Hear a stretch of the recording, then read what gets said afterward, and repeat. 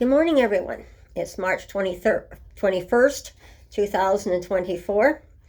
And as you can see from my title, I've got something that's a little jaw-dropping on this wow moment, and I'll explain about it. But I want to start off with, we all see the police busts, and I know the OPP just had another big bust there last week on drugs.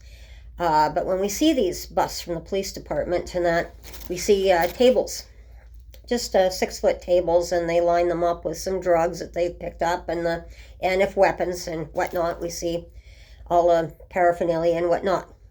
Okay, but it was a few days ago they really announced a wow moment for me, and that was from the Halifax Harbor. They showed on the news channel that they estimated they had got a bust all right that reached up, they were estimating at $194 million, I believe, is what the rough estimate was. And it was interesting to see them because they have the big cranes when they unload the boats and on the skids, and the amount of drugs that were coming off the skids being shown was just phenomenal. I couldn't believe this huge drug bust that they had. And for me, it represented, when you want to put a comparison, let's say, what I'm actually seeing to how big this drug bust was for me, and why it was so jaw-dropping was when you look at the United Nations, for example, and they're distributing food into famine areas or areas of war where people are starving and they need food, and you see all the big boxes and all the stuff coming off the skids and being lifted up by crane and onto the docks to be dispersed wherever it was needed. So, and then this is what I was seeing was when the drugs were coming off, all these big bundles after bundles of the drugs on these skids coming down to the dock. It was just a jaw-dropping moment for us all. And I know I was. And I'm thinking, gee, how many lives did they actually manage to save?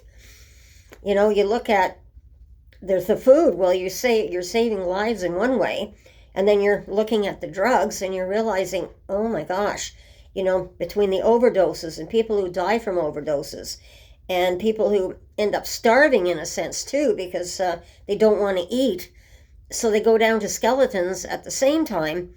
You know, it really makes you put it in perspective of just what that bust meant and how many drugs, how much of this drugs was taken off our streets. So that was a real sort of a life-changing moment in a way. And I just wanted to give people an idea, just as a comparison between food and drugs at this point. So it was huge.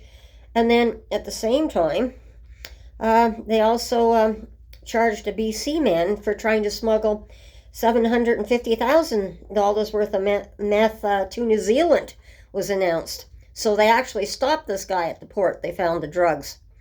So again, that brings the fact that thankfully through our drug dogs and the means that we have, and the importance of the enforcement, which as this keeps getting larger and larger between the drugs and certainly the cars being smuggled out of the country as well that are being stolen, just the importance of how our docks are and our border patrols and security for us is so terribly important.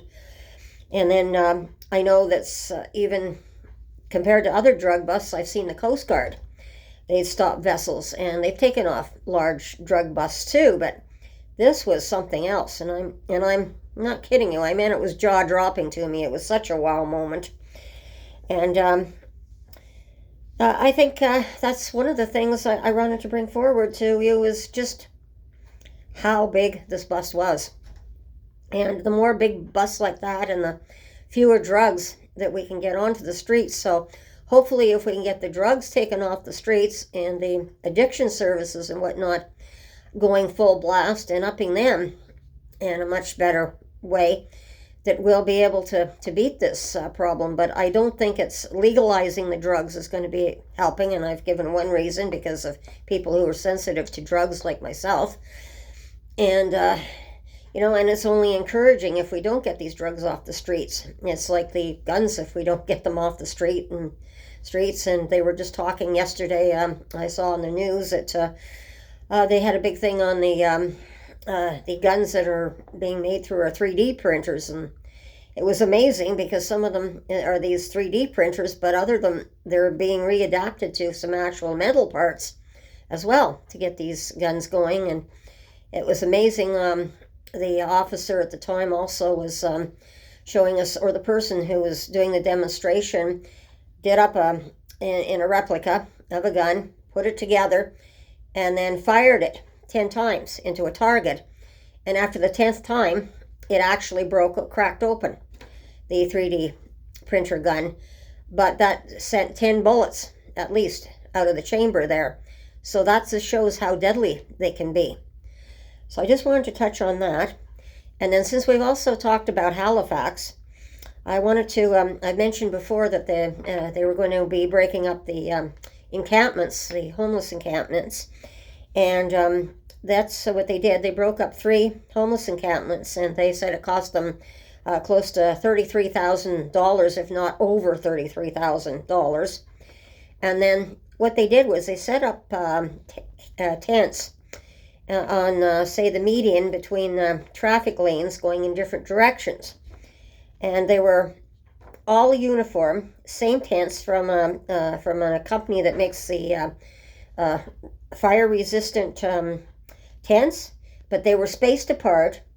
They were nice and neat. There was no junk around outside the tents, and people were trying to squeeze in, but they were only allowing so many spaced apart, which made it look nice and neat. So when you went by it, at least it didn't look like junk alley, literally, going down the street. At least it was uniform and it looked half decent. People acknowledged that there was homeless people there, but it didn't look like total chaos on the streets either. So that looked much nicer, the way they did that.